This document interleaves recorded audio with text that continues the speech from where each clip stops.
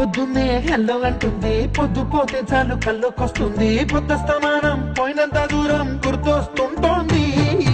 అమ్మో బాపు గారి బొమ్మ కూరలో వేసే పోపు నా ఊహల్లో వేసేసింది, ఓరగా చూసే చూపు నా వైపే అనిపిస్తుంది, పూలలో గుచ్చే దారం నా గుండెల్లో గుచ్చేసింది, చీర చెంగు చివరంచుల్లో నన్నే బందీ చేసింది.